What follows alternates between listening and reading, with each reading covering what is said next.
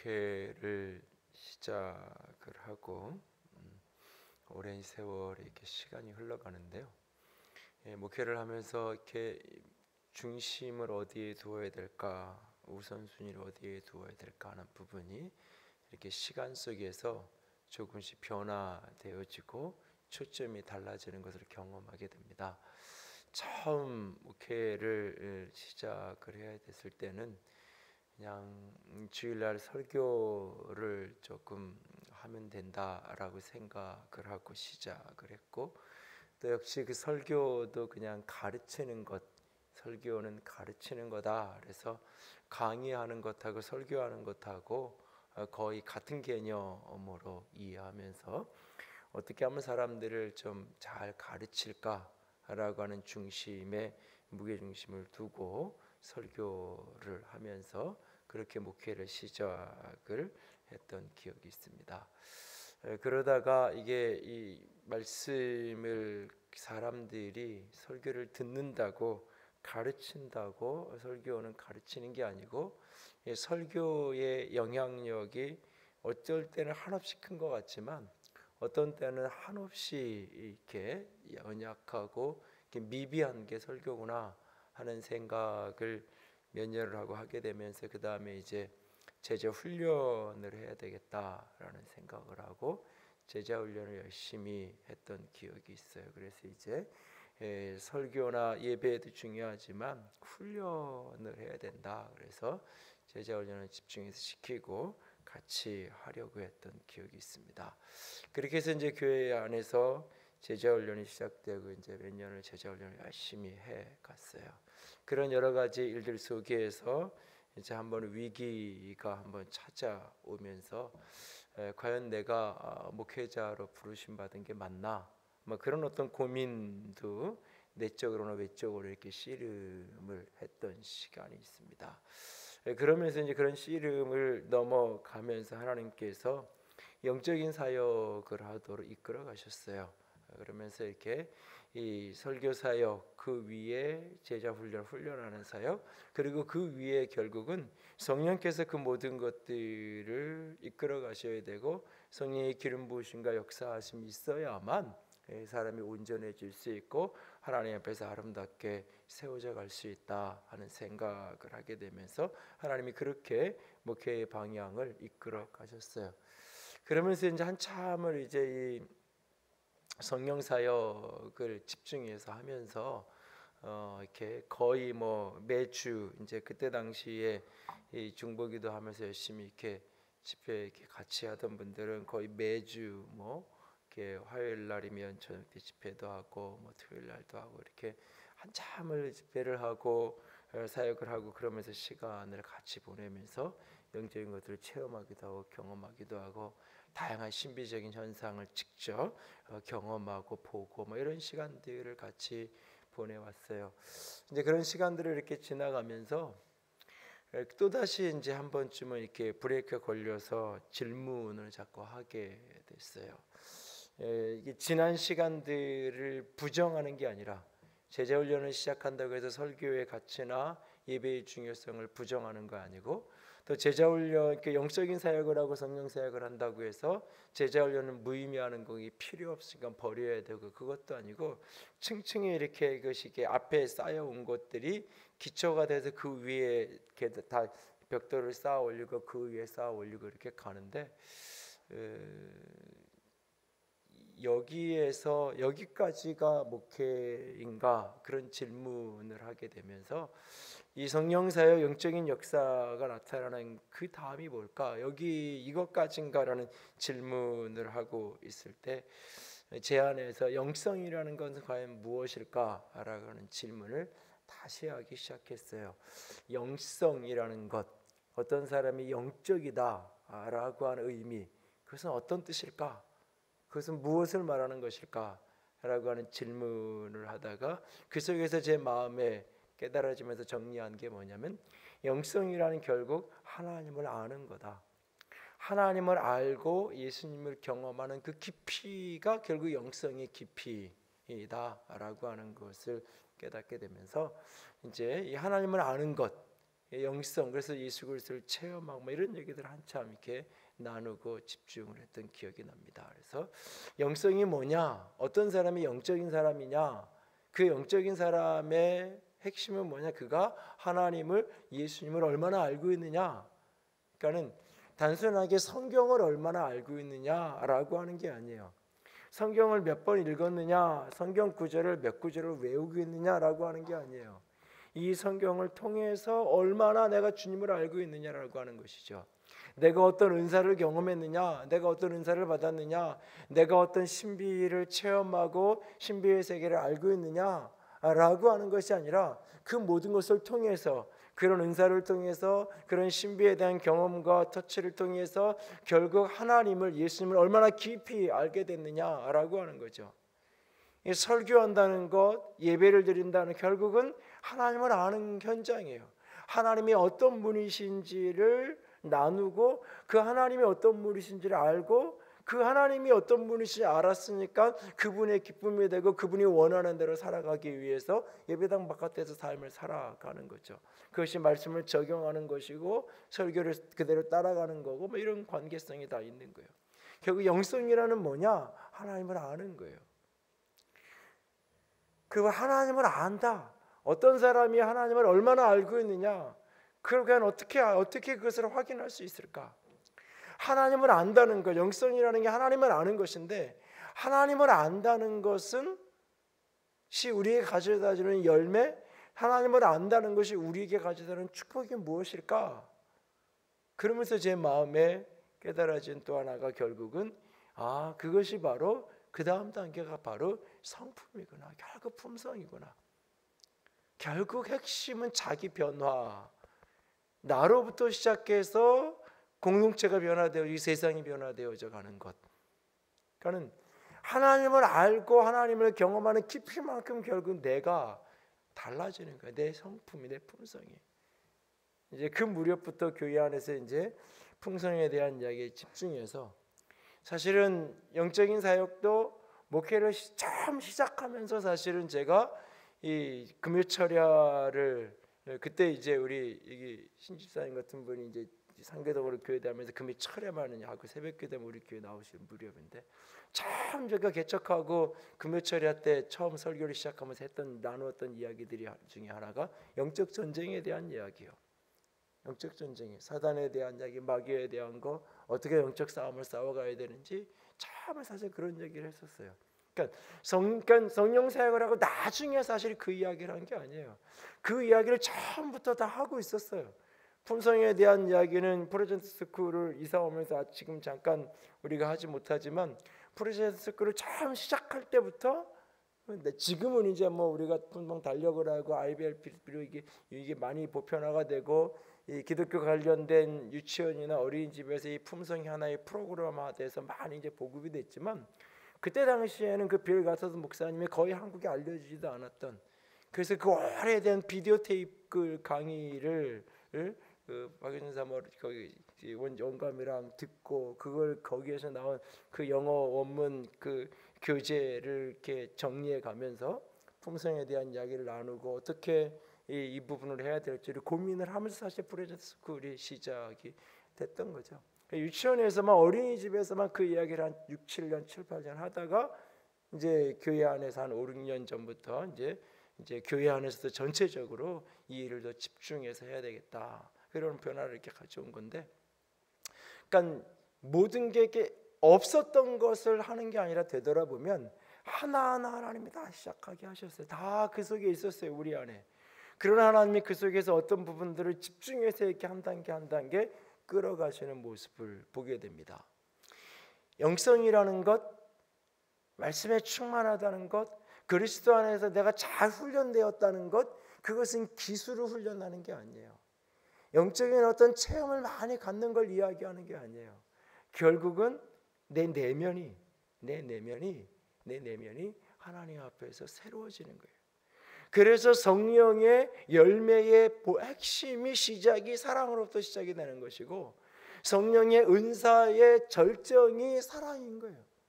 너희는 더욱 큰 은사, 더 좋은 은사를 사모하라 하면서 사랑에 대한 이야기를 고린도 13장에 우리에게 하고 있는 거예요. 성령의 열매의 중심도 사랑이고 성령의 은사의 중심도 사랑이에요. 그 사랑은 곧 하나님의 성품의 본질이에요. 하나님은 의로우신 분이시다. 하나님은 진실하신 분이시다. 대부분 이렇게 하나님이 이러이러한 분이다라고 꾸며주는 설명을 해요. 그런데 사랑만은 하나님은 사랑이시다 이렇게 말해요. 그냥 하나님은 사랑이 크신 분이야, 사랑이 많으신 분이야, 사랑스러운 분이야 이렇게 표현하지 않고, 물론 그런 표현들도 있지만 성경은 아주 직설적으로 하나님의 본질 자체가 사랑이라고, 하나님 그분이 사랑이라, 하나님은 사랑이라고 우리에게 말하고 있어요. 그러니까 결국 하나님을 경험하고 알게 되고 체험하고 하면서 그 속에서 우리 속에 하나님을 아는 깊이만큼 내 안에서 빚어지는 게 뭐냐면 결국 그것이 사랑이에요. 그것이 바로 그 하나님의 성품의 핵심이에요. 수많은 성품에 대한 이야기를, 49가지 성품에 대한 이야기를 계속해서 이렇게 로테이션식으로 4년에 한 번 정도씩 한 달씩으로 우리가 묵상해 가지만 그 모든 성품의 핵심 마지막을 다 조리고 마지막 하나를 딱 건져낸다면 그것은 바로 사랑이에요. 우리가 이번 달에 절제를 나누지만 절제하게 된 핵심은 사랑이에요. 내 맘대로 하고 싶으면 내 형제에 대한 사랑 때문에 내 감정을 절제하고 내가 참고 내가 인내하고 그럴 수 있는 거예요. 그 모든 것들이 사랑으로부터 결국은 출발해 가는 거예요. 오늘 이 베드로후서는 하나님을 아는 것에 대한 이야기를 참 많이 하는 게 베드로후서예요. 그래서 베드로후서의 주제가 뭐냐? 그럼 그래서 하나님을 아는 것이라고 이야기를 하게 돼요. 그래서 베드로후서 마지막 3장 18절에 우리에게 이렇게 부탁해요. 주를 아는 지식에서 자라가라. 그러니까 오늘 베드로가 그 많은 긴 설교를 하고 마지막 결론 속에서 그들을 축복하면서 기도하면서 소원하는 게 뭐냐? 하나님을 아는 지식, 우리 주 예수 그리스도를 아는 그 지식에서 너희들이 자라가기를 원한다라고 이 베드로후서가 맞춰지고 있는 것을 보게 돼요. 오늘 함께 읽었던 1장의 짧은 본문 속에서도 하나님을 안다라는 표현이 3번씩이나 반복되면서 언급이 되어지는 것을 보게 되어집니다. 2절에 보면 하나님과 우리 주 예수를 알므로 은혜와 평강이 너희에게 더욱 많을지어다. 하나님을 알므로 말미암아 우리 안에 은혜가 평강이 맺어진다라고 말하고 있어요. 하나님을 아는 것이 내 안에 은혜가 이루어지는, 하나님을 아는 것이 결국 내 안에 평강이 이루어진다는 거예요. 오늘 세상이 요동하고 세상이 혼란스럽고 수많은 이야기들이 우리에게 들려져요. 그 속에서 하나님이 역사의 주인이시라는 것을 알 때에 불안하고 두려운 게 아니에요. 이 속에서 하나님의 손이 어떻게 움직여 가시는지를 가만히 바라보면서 그 하나님의 역사에 운행하시는 손길 속에서 나는 어떤 위치를 서야 돼, 나는 어떤 스탠스를 취해야 되고, 나는 어떤 반응을 해야 되고, 나는 어떻게 인생을 걸어가야 되는가, 그것을 하나님 앞에서 물을 뿐이지, 세상이 소란하고 요란하다고 해서 불안하고 두려워하고 걱정하고 어디론가 피할 곳을 찾아야 되고, 왜? 하나님이 결국 역사의 주인이시고 하나님이 역사를 붙들고 계시기 때문에 우리가 붙들어야 될 것은 하나님 그분이기 때문에 그분 안에 참된 평안이 있고 자유가 있는 거예요. 하나님을 아는 깊이만큼, 하나님을 아는 만큼 내 안에 은혜가 있고 평강이 우리에게 있다는 거예요. 세상이 수없이 요동하고 내 삶 자신이, 내 자신의 인생이 이 모양 저 모양으로 요동하고 흔들리는 그 순간 속에서도 그 어떤 인생의 요동함이 내 안에 찾아온다 할지라도 때로는 실망하기도 하고, 때로는 좌절하기도 하고, 때로는 슬프기도 하고, 누워 쓰러져서 아무것도 할 수 없는 힘이 없어질 때도 있겠죠. 그러나 그럼에도 불구하고 이 내면 깊은 곳에 평강을 잃지 않을 수 있는 거예요. 우리 주님이 십자가의 길을 앞에 두고도 말씀하시잖아요. 내 안에는 세상이 알지 못하는 평강이 있더라고.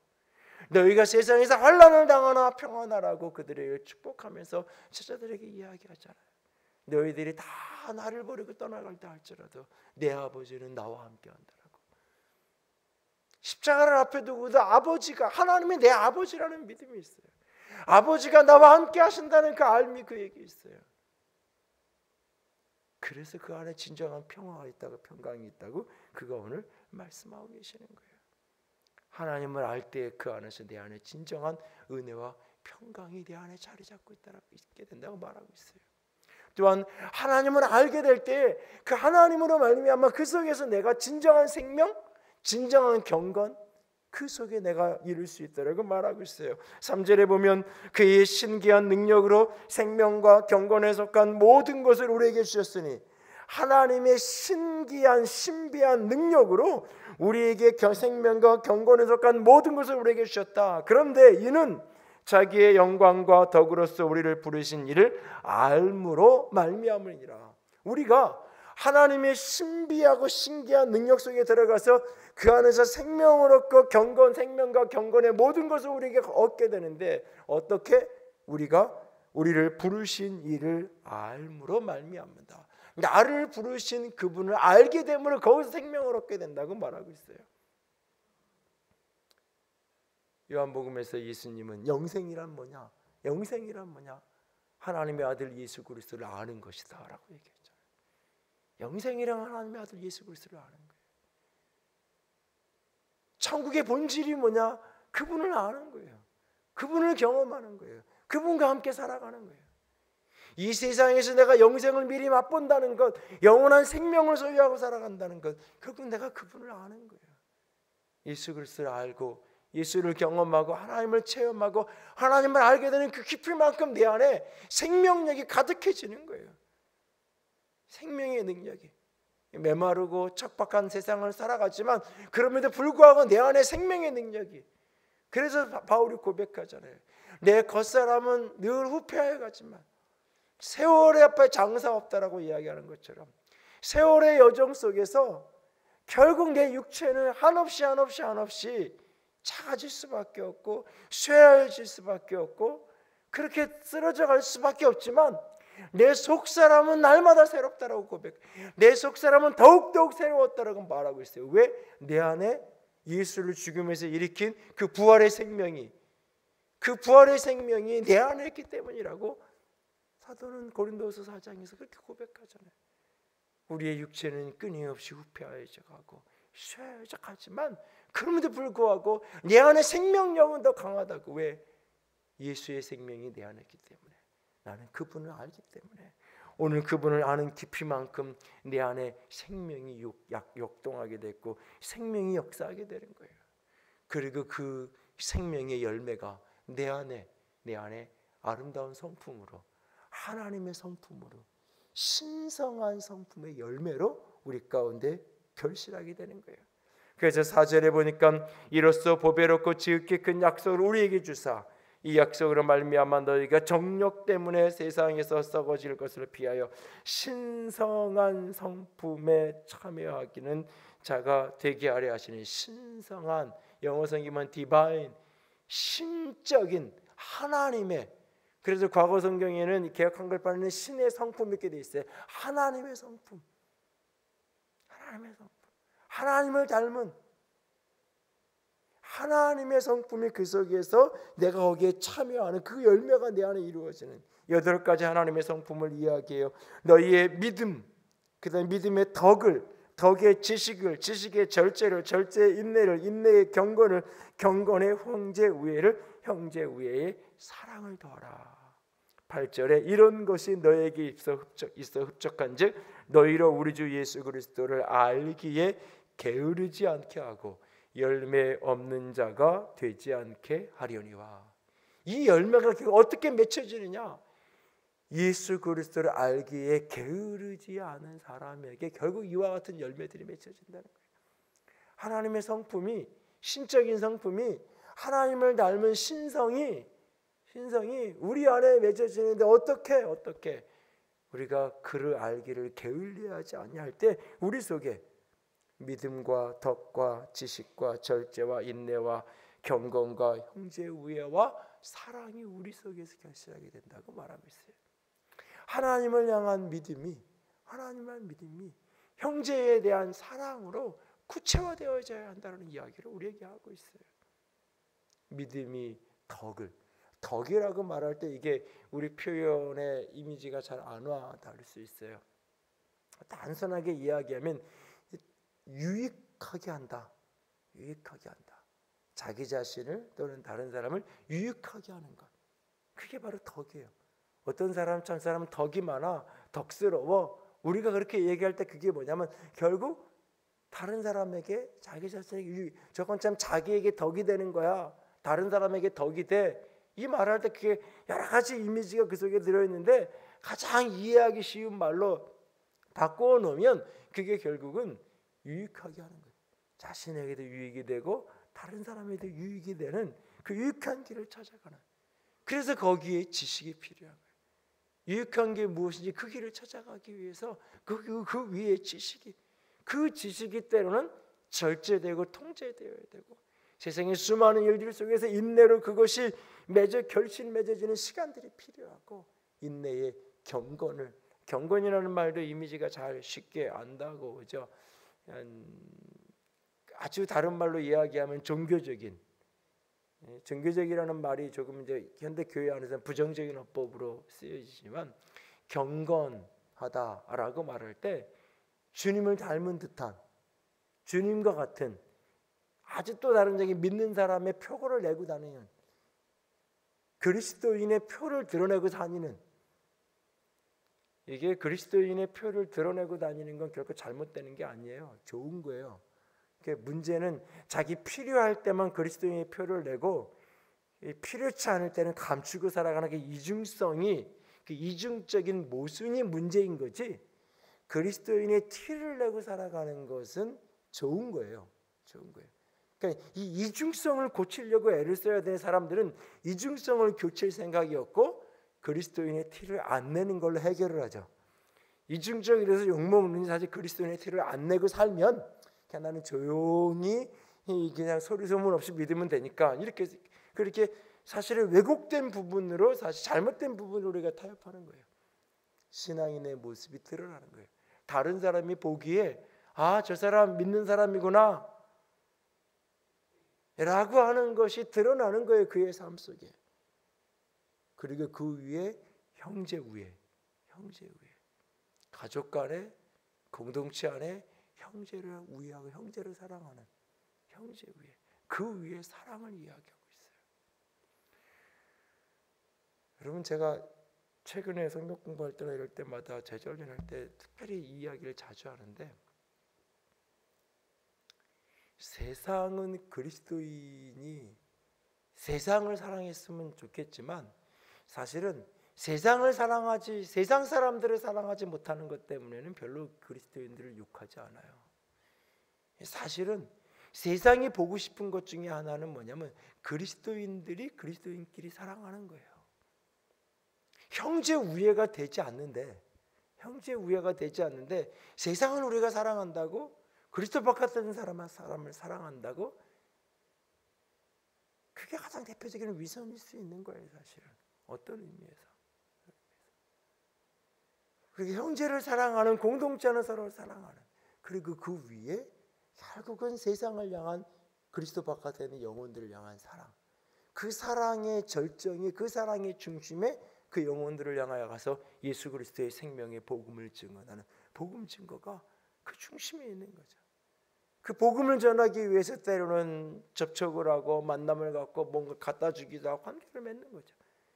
복음의 문을 닫히지 않게 하기 위해서 우리가 끊임없이 세상 속에 빛으로 소금으로 살기 위해서 애를 쓰는 거고요. 그 모든 것이 사랑의 결과예요. 이 복음 전도가 사랑의 통로가 되어지지 않으면 사랑의 표현이 되지 않으면 교회가 뭐 보험 세일즈 하는 거라 사람들을 이렇게 끌어모으는 뭐 그런 거랑 별반 다를 게 없는 거예요. 제 어머니가 그렇게 가지 말라 그래도 그 휴지 주는 데 있잖아요. 화장지 주는데 어르신들 이렇게 모아놓고 이렇게 하면서 마사지하고 뭐 그러고 이제 휴지 한 보따리씩 이렇게 주는 거기 꼭 이렇게 가고 그러는데 그러니까 언젠가 제가 뭐라고 이렇게 그러다가 어느 글을 한번 읽고는 내가 더 이상 어머니한테 뭐라고 안 그러는데 그러면서 이렇게 사오지만 마시라고 내가 이제 사고만 치지 마시라고 그러는데 어떤 글을 읽었냐면 그래서 이제 아들이 이렇게 그 이야기 속에서 어머니가 자꾸 그런 데 가니까 아들이 야 뭐라고 막 그런 데 가지 말라고 가서 그렇게 자꾸 그런 거 사오시면 그럼 어떻게 하냐 그러고 뭐라 그러니까 아들이 하는 얘기 어머니 하는 얘기가 너는 나랑 안 놀아주잖아. 거기 가면 1시간 동안 재밌어. 그 젊은 총각이 재밌게 놀아줘. 네가 나하고 일주일에 한 번씩 놀아줄래? 생각해보니까 저런 어머니랑 놀아드린 적이 별로 없는 것 같아요. 우리가 세상 속에서 삶을 살아가면서 우리가 사랑한다고 말할 때 이 사랑이 동반되어진 복음 전도가 아니면 그 사람들이 그렇게 사람들 끌어모으잖아요. 그 할머니들이 나를 사랑해서 나를 좋아해서 총각이 이렇게 하는 거야라고 믿잖아요. 결국 나중에 보면 주머니를 다 털리시잖아요. 주머니 다 털리잖아요.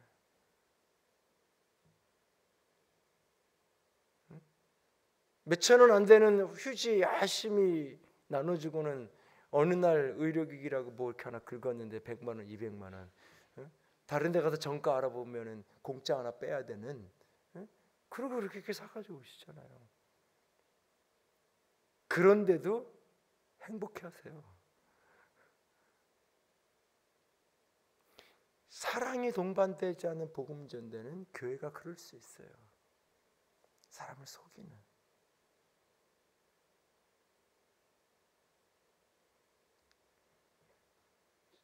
그 사랑의 절정에서 결국 복음 전도랑 같이 맞닿아 있는 거예요.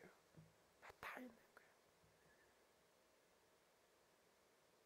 하나님을 닮은 성품이 우리 속에 충만하게 해주고 충만해지고 가득해지면 그 속에서 결국 영혼을 향한 사랑으로 이어지게 되어 있는 거예요. 그것이 중보하며 기도하게 하는 것이고 그것이 나아가서 복음을 전하게 하는 것이고 내 시간과 방법과 은사와 기질과 내가 만나는 관계의 사람들의 그 방법에 따라서 방법론은 다 다양할 수 있겠지만 어떻게든 내가 누구를 만나든지 내가 이 사람을 어떻게든 직접적이든 간접 어떻게든 내가 복음을 전해야 되겠다는 그런 마음과 생각으로 내가 그 영혼을 대하게 되는 거예요.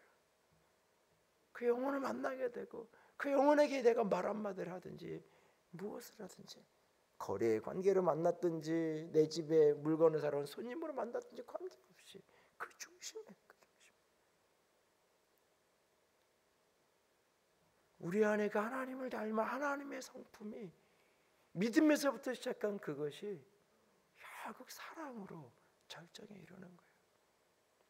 결국 내가 하나님을 얼마나 알고 있느냐, 하나님을 얼마나 경험하고 체험하고 맛보고 있느냐, 그건 내 안에 얼마나 믿음이 사랑으로 발전하고 있는지, 믿음이 사랑으로 확장되어져 가고 있는지.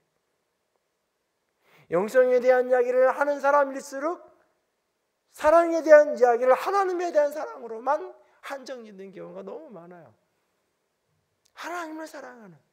그래서 하나님을 사랑해서 하나님께 헌신하고 하나님께 찬양하고 하나님께 예배하고 하나님께 헌금을 드리고 하나님께 시간을 드리고 마음을 드리고 물질을 드리고 그런데 그것이 공동체에 대한 이웃에 대한 사람에 대한 영혼에 대한 사랑으로 확장되어지지 않을 때 세상은 그것을 보면서 광신도라고 이야기하는 거예요. 세상은 그 믿음을 보고 나도 저런 믿음을 갖고 싶다라고 나도 저 사람 속에 저 하나님을 내 하나님으로 만나고 싶다고 여기는 게 아니라 나도 저런 사람 될까 봐 무서워. 나 싫어라고 오히려 반응하는 거예요. 왜? 하나님은 늘 하나님에 대한 사랑이 이렇게 가라고 하셨는데 그래서 보이는 형제를 사랑하지 않으면서 보이지 않는 하나님을 사랑한다고 말하는 것은 거짓말이라고 아주 단순하게 이야기하잖아요. 눈에 보이는 사람을 사랑하지 않으면서 보이지 않는 하나님을 사랑한다고 얘기하는 건 거짓말이라고. 그럼 모순이라고 이야기하잖아요, 성경이. 내가 나를 사랑하냐고 물으신 다음에 내 양을 먹이라고, 내 양을 돌보라고, 내 양을 치라고 주님은 말씀하시잖아요. 나를 사랑한다면 그 나를 향한 사랑의 표현을 나에게 하는 것이 아니라 내 양에게, 그 영혼에게 나를 향한 사랑을 표현하라고 이야기하고 있잖아요, 주님. 그래서 그 하나님을 알아가는 거예요. 하나님을 알아가면 알아갈수록, 경험하면 경험할수록 그분의 중심, 더 깊은 곳에서 깨닫게 되고 알게 되는 것은 결국은 사랑이에요. 그 사랑을 어떻게 표현하고 어떻게 드러내고 어떻게 나타낼지는 사람의 성향과 스타일과 기질과 자신에게 주어질 은사와 직분과 이 모든 것을 따라서 다양할 수 있겠지만 그 중심에는 늘 사랑이 핵심으로 놓여 있어야 되는 거예요. 사랑이. 우리 안에 하나님을 알아가는 그 축복이 넘쳐날 수 있기를 원합니다. 하나님을 아는 깊이가 어제보다 오늘 더 나아갈 수 있기를 원합니다. 하나님을 아는 것에서 자라갈 수 있는, 예수를 아는 것에서 끊임없이 자라갈 수 있는 우리 모두가 되기를 원합니다. 하나님을 아는, 예수 그리스도를 깊이 알아가는 그 소원을 여러분 가슴 깊이 품을 수 있게 원합니다. 하나님을 아는 만큼 내 안에 은혜와 평안이 있고, 하나님 예수 그리스도를 아는 만큼 내 안에 진정 생명의 역사가 역동적으로 일어날 것이고, 하나님을 아는 만큼 내 안에 하나님의 성품이, 믿음에서부터 시작해서 사랑에 이르는 그 성품이 풍성하게 열매 맺게 되어질 것입니다. 그 하나님의 성품의 열매가 우리 속에, 우리 안에 넘쳐날 수 있기를 원합니다. 오늘도 그 소망 속에서, 그 비전 속에서, 그 열매를 바라보면서 하나님 당신을 알기 원합니다. 하나님 당신을 더 깊이 경험하고 싶습니다. 그 소원으로 기도하고, 그 소원으로 말씀을 묵상하고, 그 소원 속에 주님을 찬양하고, 그 소원 속에 때로는 신비를 구하기도 하고, 그 소원 속에 때로는 성경 공부하기도 하고, 그렇게 주님을 더 깊이 알아갈 수 있는 저와 여러분이, 우리 모두가 될 수 있기를 주님의 이름으로 부탁을 드립니다. 기도합시다.